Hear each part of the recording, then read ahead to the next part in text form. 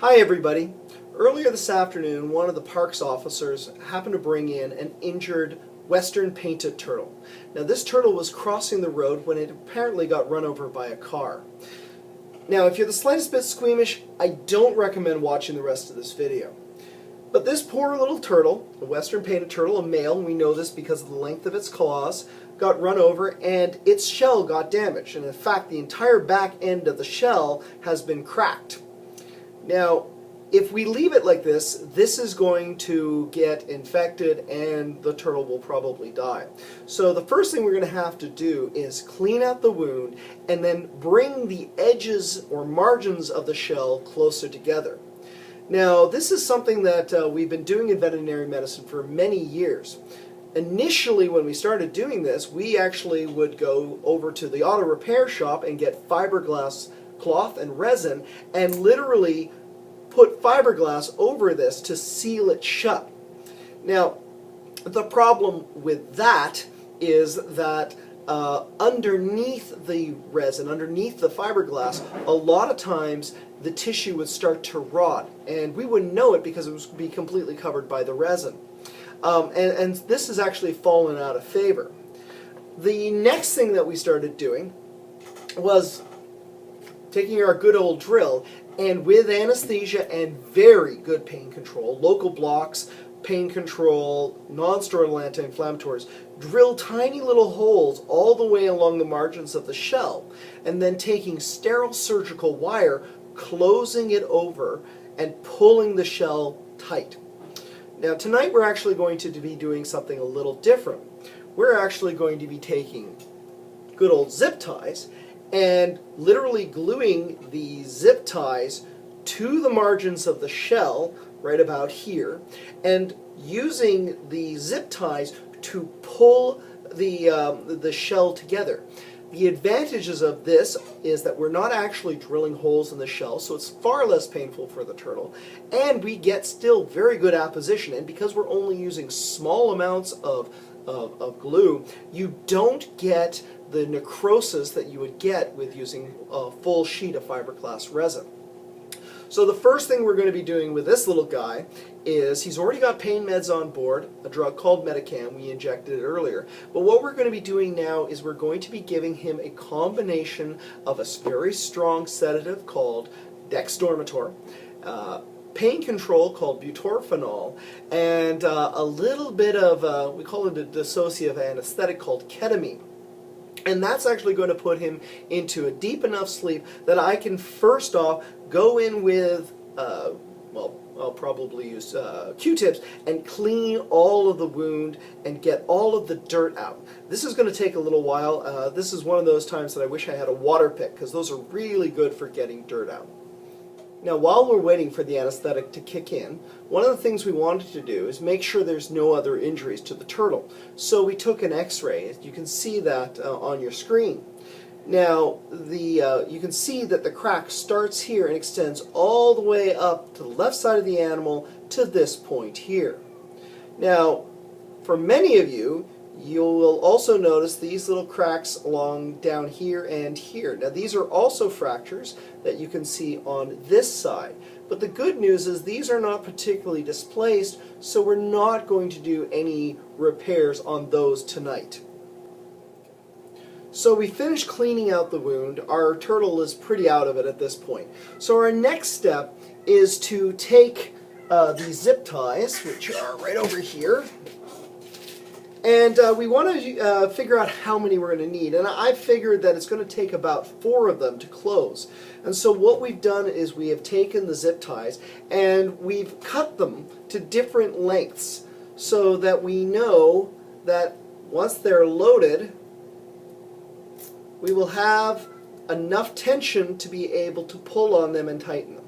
So what we're going to be doing is taking some epoxy and some 5-minute epoxy and basically applying it to the shell and then sticking the zip ties to it. Do that on both sides, give it 5-10 minutes to cure, and then we're going to slowly tighten each one down the road just a little bit at a time until we have closure of the shell.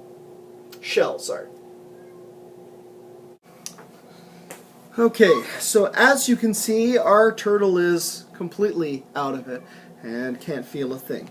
We have completely cleaned and sterilized the shell as best that we can.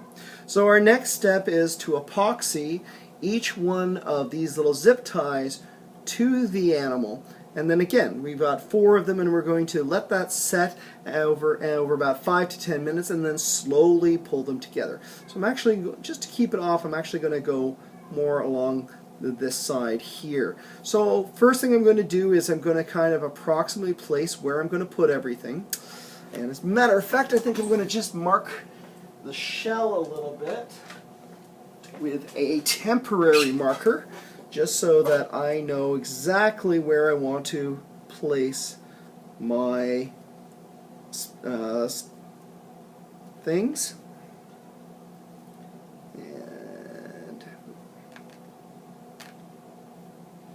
And this last one's actually going to be the most important.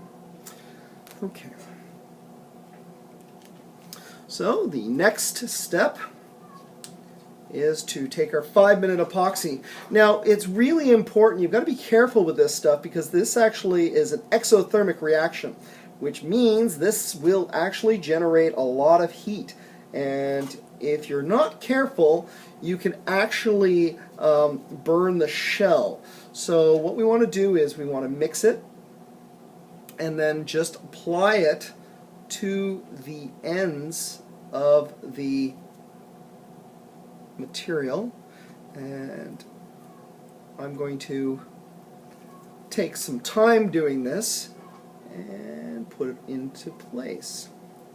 And then I'm going to sit here and hold it until it sets. So if this video seems to break at this point, it's because I'm basically spending 5-10 minutes just kind of holding this in place and praying that I don't actually glue my fingers to the turtle's shell. Alright, so we have finished gluing our turtle together again. I guess this was the answer to Humpty Dumpty. All the king's horses and all the king's men couldn't put them together again, but some epoxy glue and some zip ties, and Humpty Dumpty will hopefully ride again, or at least climb the wall. So we're going to let this sit overnight, let the epoxy completely set.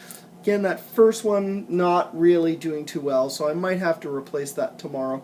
But the other 3 are setting really well.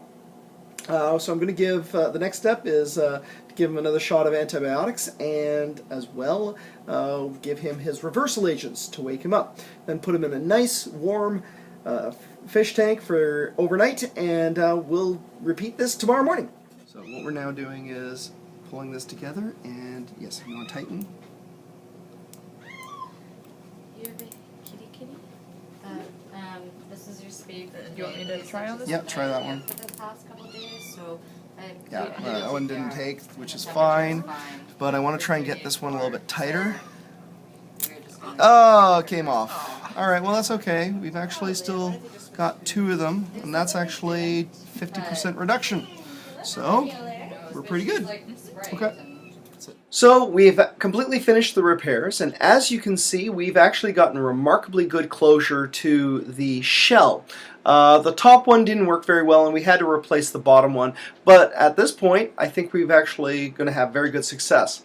So the next stage is next week we will be taking this little guy, and we nicknamed him Humpty Dumpty to be exact, and we're going to be taking him to Burnaby Lake Wildlife Center. And he will probably have to stay there for almost a year while the shell heals. After that time, we will be removing the zip ties, and he'll be able to be released to the wild.